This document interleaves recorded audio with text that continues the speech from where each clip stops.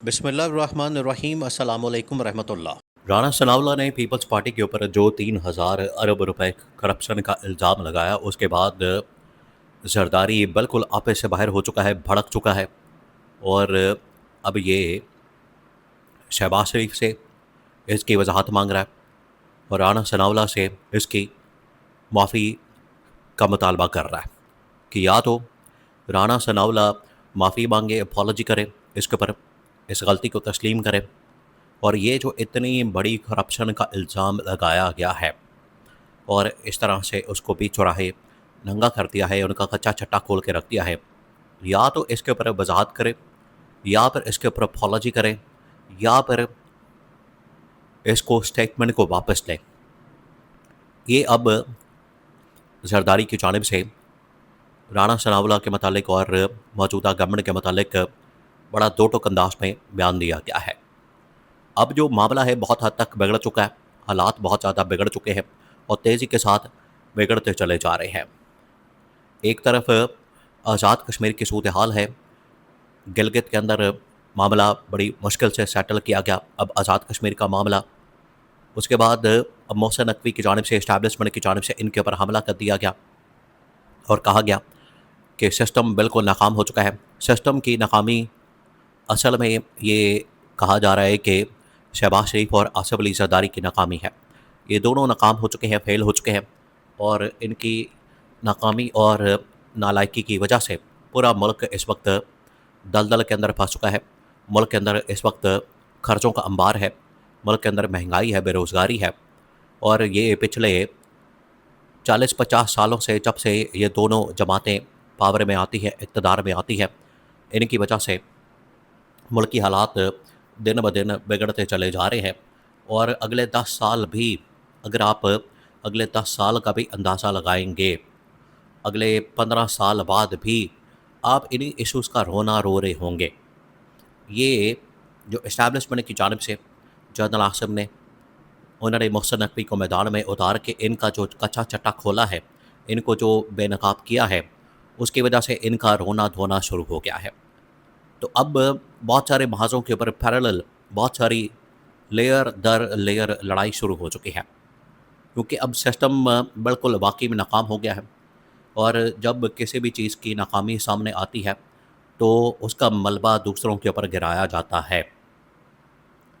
तो अब इस्टेब्लिशमेंट ये मलबा सियासतदानों के ऊपर, हुकूमत के ऊपर, नून लीग और पीपल्स पार्टी के ऊपर गिरा रही है। नून लीग और पीपल्स पार्टी ये मलबा इस्टेब्लिशमेंट के ऊपर गिराने की कोशिश कर रही है और नून लीग और पीपल्स पार्टी आपस में भी एक दूसरे के साथ इस वक्त लड़ाई लड़ रही है इक़्तिदार की वजह से, पावर की वजह से। नून लीग कहती है कि पीपल्स पार्टी भी हमारे साथ ज़िम्मेदार है जो आज सूरत हाल बनी है। पीपल्स पार्टी कहती है कि बिल्कुल हमारा इसमें कोई किरदार नहीं, रोल नहीं, हमने बिल्कुल भी गवर्नमेंट के अंदर हम रहे नहीं, गवर्नमेंट को हमने वक्ती तौर पर सपोर्ट कर दिया। इसका मतलब ये हरगिज़ नहीं कि हम गवर्नमेंट के अंदर मौजूद हैं, हम इसकी ज़िम्मेदारी लें या इसको ऑन करें। तो लड़ाई बहुत लेवल के ऊपर इस वक्त छिड़ चुकी है।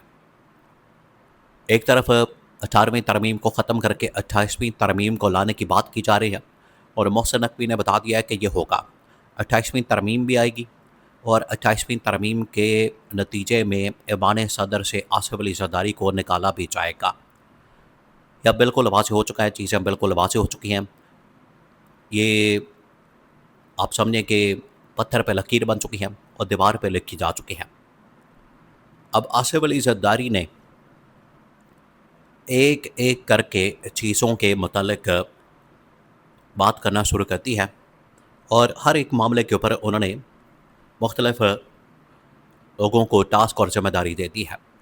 आज़ाद कश्मीर की अगर बात की जाए तो आज़ाद कश्मीर के मामले के ऊपर जरदारी ने बिलावल को लॉन्च कर दिया और बिलावल को ये कहा है कि ये तुम्हारी ज़िम्मेदारी है, रिस्पॉन्सिबिलिटी है और आज़ाद कश्मीर का जो महाज है, वहाँ पर जो लड़ाई है, वहाँ पर जो अवामी मैदान के अंदर भी तुमने अपना मुकदमा रखना है और इस्टेब्लिशमेंट के साथ, नून लीग के साथ भी मुकाबला करना है, क्योंकि दोनों मिलकर हमारे ख़िलाफ़ जो इस वक्त महाज खोल चुके हैं, दोनों की जानिब से जो इस वक्त हमारे ख़िलाफ़ इलेक्शन के अंदर मैंडेट चोरी, इलेक्शन के अंदर धांधली और इलेक्शन के अंदर मैंडेट के ऊपर डाका मारने की जो साजिशें की जा रही हैं, वारदातें डाली जा रही हैं, इसको हमने किसी सूरत बर्दाश्त नहीं करना।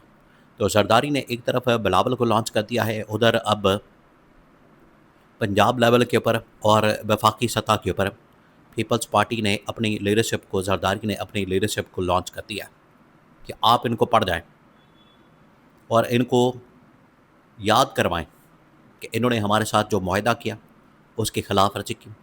इन्होंने हमें कोई ठेका नहीं दिया, कोई हमें पैसा नहीं दिया, इन्होंने हमें कोई पावर शेयरिंग फार्मूले के अंदर जो फार्मूला था उसके मुताबिक हमें पावर नहीं दी, इक़्तिदार नहीं दिया, इन्होंने हमें वजारतें नहीं दी, काबीना के अंदर शेयर नहीं दिया, पंजाब के अंदर भी वफाक के अंदर भी।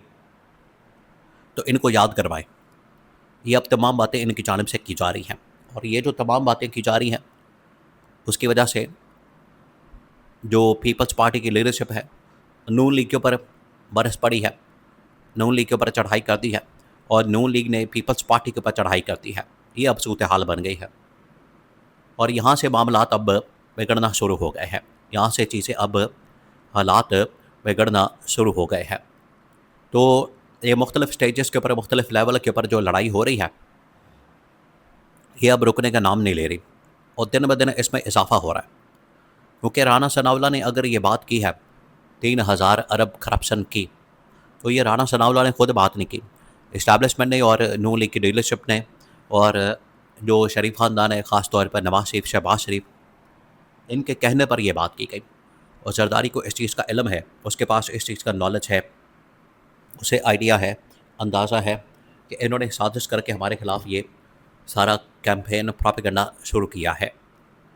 इसी तरह से जो इस्टेब्लिशमेंट ने अब अपनी जान छुड़ाने के लिए दोनों से कि ये आपस में लड़ते हैं, हमारे ऊपर हमला कर देते हैं और इनकी नालायकी और नाअहली की ज़िम्मेदारी, जो इनकी मिसमैनेजमेंट, इनकी पुअर गवर्नेंस और इनकी नालायकी नाअहली का मलबा हमारे ऊपर गिरता है, तो हमें भी इनसे अपना दामन छुड़ा लेना चाहिए। इसी वजह से जो मोहसिन नकवी है उसको मैदान में उतार के तो मोहसिन नकवी के ज़रिए से ये स्टेटमेंट दिलवा दी गई है कि ये पिछले 40-50 साल से इसी तरह से करते चले आ रहे हैं। 18-18 घंटे अगर शहबाज शरीफ काम करता है तो उसका फ़ायदा क्या होता है? मुल्क को कोई फ़ायदा नहीं होता। ये उन्होंने बता दिया। और उन्होंने सारा क्रेडिट किसको दिया? उन्होंने क्रेडिट दिया है जनरल आसिम को। इससे बिल्कुल वाज़ेह हो गया है कि तमाम तर मामलात, तमाम तर चीज़ें, तमाम तर हालात व वाक़यात इस वक्त फील्ड मार्शल के कंट्रोल में है। जिसको चाहते हैं वो जलील करते हैं, जिसको चाहते हैं वो अब उसके ख़िलाफ़ कैंपेन प्रोपेगेंडा शुरू कर देते हैं। अब ये लोग तबाही और बर्बादी के दहाने पर पहुंच चुके हैं, सिस्टम कोलैप्स कर चुका है, आपस की लड़ाइयाँ बढ़ चुकी हैं, अब मार धाड़ होगी और अब आर पार होगा।